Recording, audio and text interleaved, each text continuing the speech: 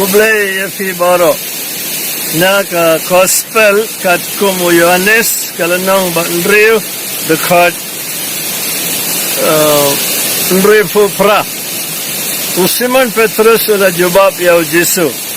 kotray sanang inlet me medan ya kiktin kiba ay ya kajingim bom jukut kene de na gospel kat kumu Yohanes kum ko homework montagasi pideban pulay lot kene galon na Andrew te pet Jesu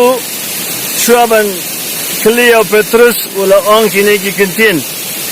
kiktin kiba ngala kren yefi kalong ke mensim bat ke jingim bat de hadin kane namar bun kiba mutreban nged don ba artatien don kiba molban pet te Jesu ula Cleo Petrus Piru lala fikwa pilaban letno ngin jiu yosngo no kanrat u master ba khot ala dia kibe bakin letno ngi persang ban bakin nam let de Jesu padong fikwa ban let laban let pat ke jawab jung Petrus selalong sanang in let namar me medan ya kiktin kiba ya ga jingim bom jukod Petrus klemong medan jingbam ban yarabengi mela ban le kampula ne me pen koi ki bapang ne me long kum ne kum tai no nothing wong kum no medan ya kiktin kiba ya ga jingim bom jukod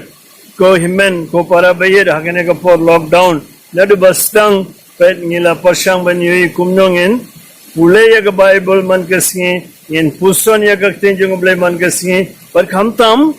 in pasang ban ko ya ga tin jung blai ban mantagasngi kini ki kintin jung Petrus sanang in let tamar medon ya kiktin ki ba ai ga jingim bom jukut karon ga jinge fer apdeng ka jingin jungi agane ka parthe ka jingin jungi ba man kasngi bat ka jingim bom jukut Petrus ula sotu sepangane hadin baulai Jesu ula san hajar ngon hadian pat kini gila kuaban pulong yau kum usim jungki tamba ontre nang tau kren sapanga Eucharist ban menta Petrus ula sotulu dia kini berkhana tagada uang medon ya kiktin ki ba ai ga jingim bom jukut hangane ga por lockdown wat klet kadba pidang Shanghai yang pidang puleman kesnya ga tinjung oblay ngin persang ban sotu ya gane ga jing shisha ni don ka tin jo gane ga perthe pat ga jing tin ka ba ai jingim bom jukut pat kan mau naga bible ni wat man kesngi jing kai sapang ga jingim bom jukut baru blay ubadap daga jingkar ko ka jingai on kar ko ga dayingi but on sa ai ngiru ka jingim bom jukut haga teng pa paru kon paru mansim bokoi la shairu this kenyang is